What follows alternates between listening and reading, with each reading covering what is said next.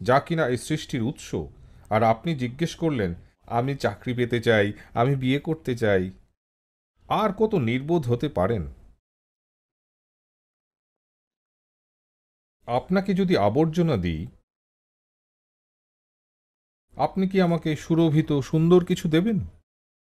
না, আমি আপনাকে আবর্জনা দিলে আপনি আমাকে আরও আবর্জনা দিতে চাইবেন। শরীরে যদি সত্যিই যন্ত্রণা না হতো, এই সৎসঙ্গে বসেই চুইংগামে ফুঁ দেওয়ার মতো ফুসফুসটাই ফুঁ দিয়ে বার করতেন। আপনার কত বড় ফুসফুস সেটা দেখানোর জন্য।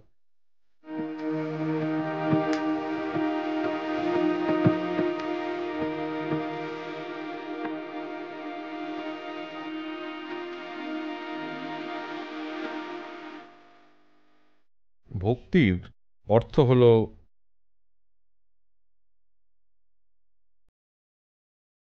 নিজেকে ধ্বংস করার এক সরঞ্জাম।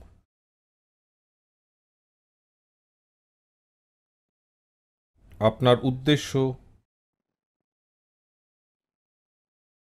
আপনার দৃষ্টিভঙ্গি, আপনার স্বপ্নগুলো ধ্বংস করার সরঞ্জাম,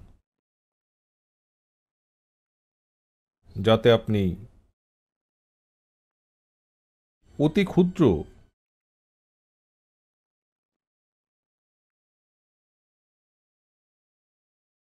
প্রাণী হয়ে না থাকেন।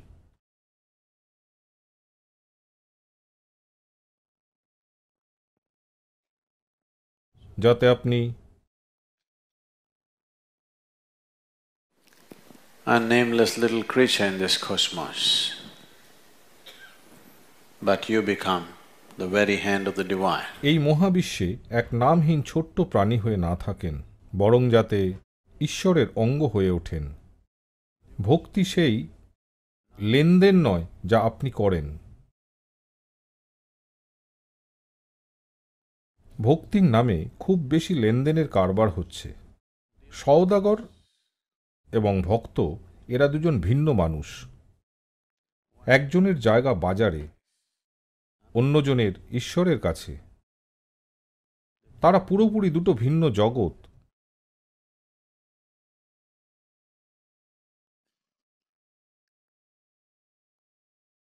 আপনার এটা বোঝা প্রয়োজন যে যখনই আপনি লেনদেন করতে বসেন, লেনদেনের ধর্মই হলো এটা যে অন্যের চেয়ে বুদ্ধিমান হওয়ার জন্য আপনার যথাসাধ্য চেষ্টা করা উচিত। না, অনর্থক লেনদেন করতে চান না, চান কি? যখনই লেনদেন করতে বসেন, অন্যের চেয়ে আরও বুদ্ধিমান হতে চান। ঈশ্বরের সঙ্গে যদি এই মনোভাব নিয়ে চলেন, শুরুর আগেই আপনি হেরে গেছেন। যদি এভাবে আপনি অস্তিত্বের সঙ্গে বসেন, আপনার গুরুর সঙ্গে বসেন, তাহলে শুরুর আগেই আপনি হেরে গেছেন। এই দৌড়ে নামতে হবে না, এমনিই হেরে গেছেন। আপনি জিততে পারেন না।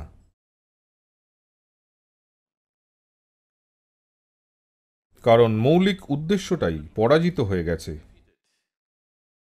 আর কি থাকে? সুতরাং ভক্তির অসামান্য শক্তি হাতছাড়া করবেন না। আপনার মাথার মধ্যে একটা তুচ্ছ লেনদেনের জন্য কি চাইতে পারেন, কি ধরনের লেনদেন করতে পারেন সৃষ্টি এবং স্রষ্টার সঙ্গে? শুধুই এক অর্থহীন লেনদেন। কারণ আপনি জানেন না কি সম্ভাবনাকে ধরে রেখেছে এই মহাবিশ্ব। আপনি শুধু জানেন জীবনে যা অনুভব করেছেন সেই সামান্য অর্থহীন জিনিসটুকুই। যদি ধরুন আদৌ যদি একটি শক্তির সংস্পর্শে আসেন, অন্তত সেই শক্তির উপস্থিতির মধ্যে আছেন, যা কিনা এই সৃষ্টির উৎস, আর আপনি জিজ্ঞেস করলেন আমি চাকরি পেতে চাই, আমি বিয়ে করতে চাই। আর কত নির্বোধ হতে পারেন? আপনি জানেন না এটা কি ধরে আছে। এটা কি সবচেয়ে ভালো নয়? আমার সাথে যা করতে চান করুন।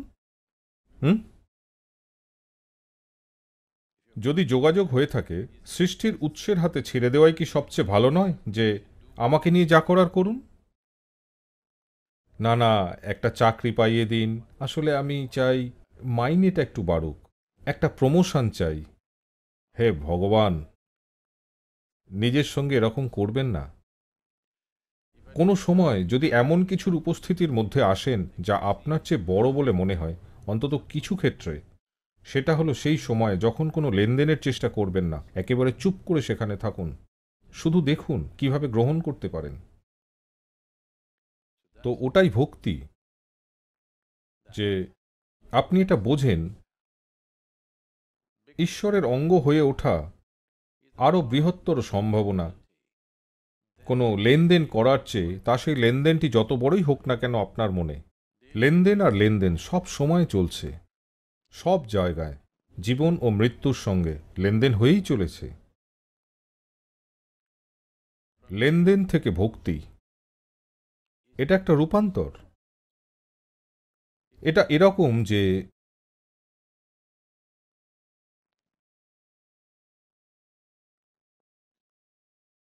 আপনাকে যদি আবর্জনা দিই,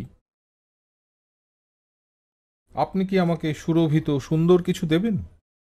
না, আমি আপনাকে আবর্জনা দিলে আপনি আমাকে আরও আবর্জনা দিতে চাইবেন।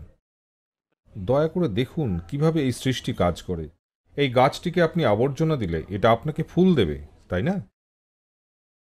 এটাই হলো ঈশ্বরের ধরন। যদি আপনি প্রকৃতই ভক্ত হয়ে ওঠেন, ঈশ্বরের অঙ্গ হয়ে যান, এটা এরকমই হবে। আপনার দিকে যাই ছোঁড়া হোক সেটাই পরিপোষক হয়ে যাবে।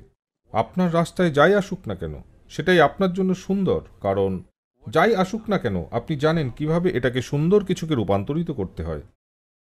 সেটাই ভক্তি। লেনদেনের অর্থ আপনি ফুল পেতে চান আর অন্য কাউকে আবর্জনা দিতে চান। আপনি যদি সেই লেনদেন করেন, তারপর আপনি বাতিল হয়ে যাবেন, তাই না? আপনি বর্জিত হবেন যে কোনো সংখ্যক মানুষের দ্বারা, অথবা শেষ পর্যন্ত আপনি বাতিল হয়ে যাবেন সৃষ্টি যেভাবে চলছে তা থেকেই। যখন আমরা বলি যোগ, তখন আমরা বলছি মিলনের কথা। মিলনের অর্থ হল এখানে আপনি একাই একটি প্রাণী হিসেবে বেঁচে থাকেন না, আপনি এখানে বেঁচে থাকেন ঈশ্বরের অংশ হিসেবে। আপনি এখানে বেঁচে থাকেন সৃষ্টি এবং স্রষ্টার অংশ হয়েই। আপনি সব কিছুর সঙ্গে এক হয়ে যান। আপনি সেই হেঁটে বেড়ানো ছোট্ট একটা প্রাণী হয়ে থাকেন না যে চারপাশে ঘুরে নিজের কাজ করে যায়। কিন্তু সামগ্রিক ধারণা হল, স্বাধীনতার শিশুসুলভ ধারণার অর্থ আপনি আপনার নিজের কাজই করতে চান, তাই না? একটা ভুল ধারণা, ভুল মনোভাব, ভুল আবেগ বিষের চেয়েও অনেক অনেক বেশি ক্ষতি করতে পারে। তো এই কারণেই অসত মা সদ্গময় অসত মা, সদ্গুরু ইতিমধ্যেই আমি বলেছি। না না, জীবনের প্রতিটি মুহূর্তে অবশ্যই এটা বলুন। আপনার জীবনের প্রতিটি মুহূর্তে এটাই সেই যাত্রা যে যা আপনি চলেছেন অসত্য থেকে সত্যের দিকে। তা না হলে যেটা সত্য নয় সেটাই সত্য বলে মনে হতে পারে আপনার। একবার যদি অসত্যকে সত্যে পরিণত করেন আপনার মনে, তাহলে সেই অসত্য আপনার বেঁচে থাকাকেই বিষাক্ত করে দেবে। তখন বিস্মিত হয়ে যাবেন, দুর্ভোগ কেন আপনার খোঁজেই আসছে। তো এটা আসতে বাধ্য। আর কিভাবে হবে?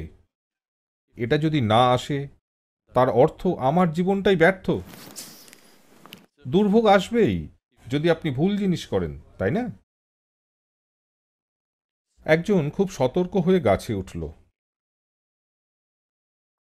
অন্য এক নির্বোধ দৌড়ে উঠতে গিয়ে পড়ে গেল। তার যদি কিছু না হয়, তাহলে যার গাছে ওঠার দক্ষতা রয়েছে সে নির্বোধ, তাই না? হ্যাঁ কি না? না, এটা এরকম, তাই না? এমন একজন যিনি মনোযোগ দিয়েছেন, যিনি যত্ন নিয়েছেন কোনো কিছুকে সঠিকভাবে করার দক্ষতা অর্জন করার জন্য, যদি তিনি এবং কোনো নির্বোধ যে কোনো কিছুতেই মনোযোগ দেয়নি উভয়ের একই ফল হয়, তাহলে যিনি সব কিছুতেই মনোযোগী হয়েছেন তিনিই নির্বোধ, তাই না? সুতরাং আমি সত্যিই দুর্ভোগের বিরুদ্ধে নই।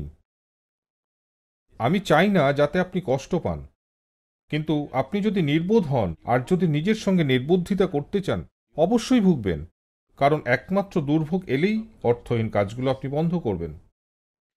ধরুন, এটা দেখেছেন কি, কোনো একটা ঘা যখন শুকিয়ে আসছে, আপনি তখন এটা যখন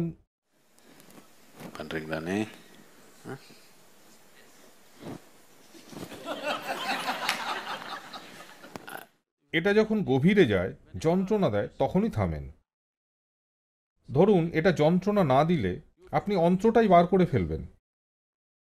হ্যাঁ হ্যাঁ, নিজেকে খাটো করবেন না। শরীরে যদি সত্যিই যন্ত্রণা না হতো, এই সৎসঙ্গে বসেই চুইংগামে ফুঁ দেওয়ার মতো ফুসফুসটাই ফুঁ দিয়ে বার করতেন। আপনার কত বড় ফুসফুস সেটা দেখানোর জন্য। হ্যাঁ, হয়তো সেটাই করতেন। নিজেকে একেবারেই খাটো করবেন না, নিজের নির্বুদ্ধিতাকে একেবারেই খাটো করে দেখবেন না। যদি কেউ একজন কিছু করেন আপনাকে প্রভাবিত করার জন্য, আপনি নিজের অন্ত্রকেই বার করে, কারণ যেহেতু এটাতে একটা পিন ফোটানো মাত্রই খুব যন্ত্রণা হয়,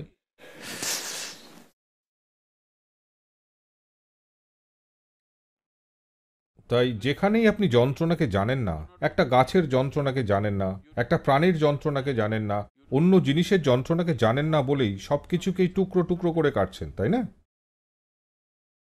একমাত্র এটাকেই জানেন, তাই রক্ষা করছেন। তো এটা ঠিক আছে, এটা ভালোই করছেন, অন্তত এটুকু তো জানেন। শুধু এটাকেই প্রসারিত করতে হবে, ব্যাস। যেহেতু এটার যন্ত্রণা কি সেটা জানেন, তাই এটাকে ভালো রাখছেন। এখনই যদি বুঝতে শুরু করেন পাহাড়ের যন্ত্রণাকে, পাহাড়টাকেও ভালো রাখবেন। যদি মহাবিশ্বের যন্ত্রণাকে বুঝতে পারেন, তাহলে সব কিছুকেই ভালো রাখবেন, তাই না? আর যোগের অর্থ হলো সেটাই, মিলন। সব কিছুই আপনার অংশ হয়ে উঠেছে। আর ভক্তি হল সেই মাত্রা যা অনায়াসেই মুছে দেয় যা আপনি এবং যা আপনি নন তার মধ্যবর্তী সীমারেখাকে।